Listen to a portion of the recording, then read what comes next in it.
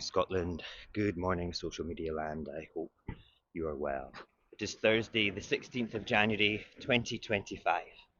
This week we asked an AI to act as an agent of subversion to undermine the Scottish independence movement.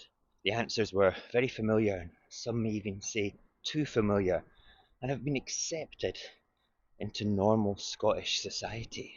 So normal that a chunk of our population accept this.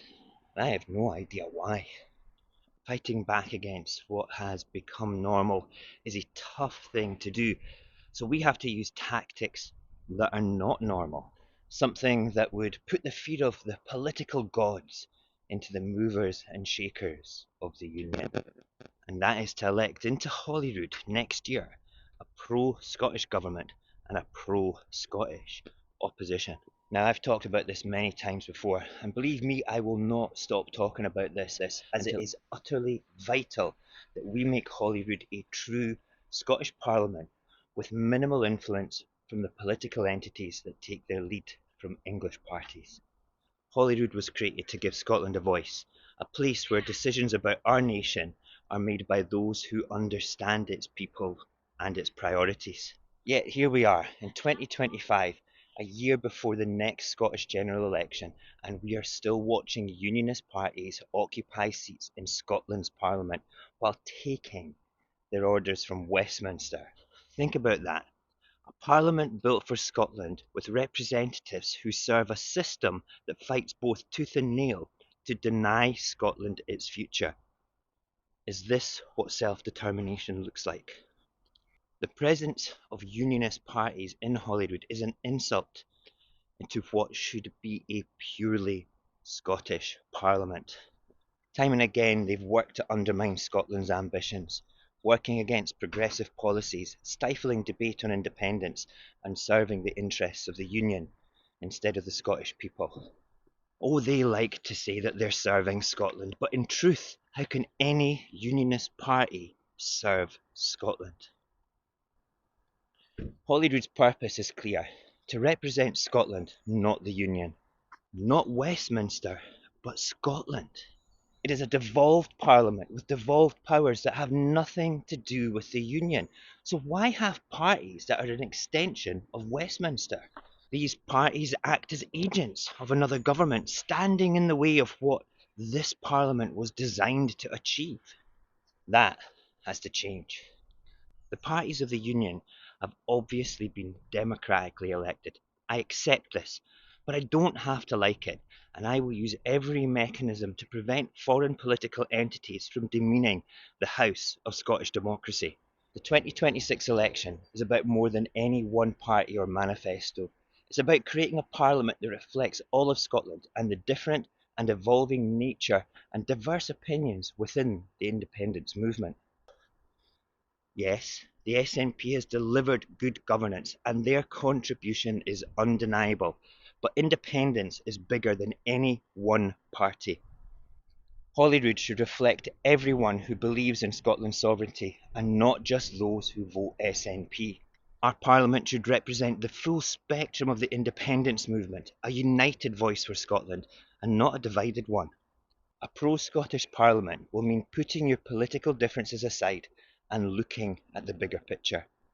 It means electing representatives who prioritise Scotland above all else, no matter their party label. We cannot get bogged down with party rhetoric and rivalry. This is especially true within our independence movement. No bickering about policy or trust. If we are truly one movement, working together, pulling in the same direction for the same goal, we need to have a diverse, pro-Scottish, pro-independence representation in Holyrood, and they need to dominate all the seats. It's about sending a message to the world.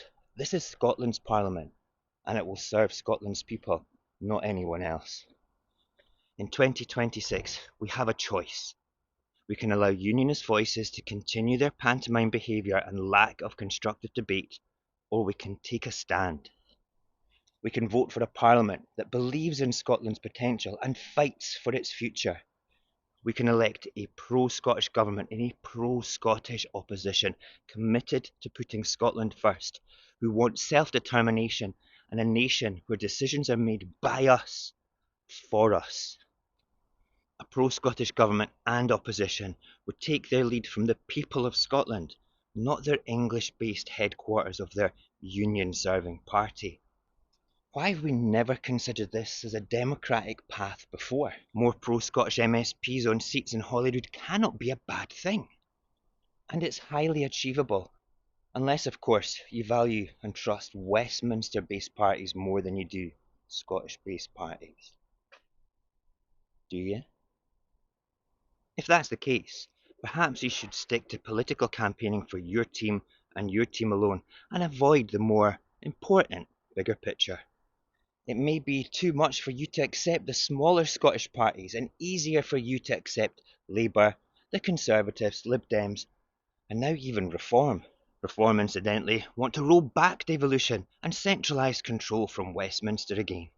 This isn't just an election, it's a defining moment. A moment to reclaim Holyrood and make it what it was always meant to be, a parliament for Scotland. The mechanism to do this is already built in within our electoral voting system, and there's nothing at all undemocratic about using it to deliver it. So in 2026, let's vote for Scotland. Let's vote for a parliament that reflects our hopes, our ambitions, and our belief in what this nation can achieve. Let's vote for a future where Holyrood stands united behind one purpose, and that is to serve the people of Scotland and its incredible future. Let's vote for Scotland. We're live tomorrow night on YouTube and TikTok. Hope you can join us then.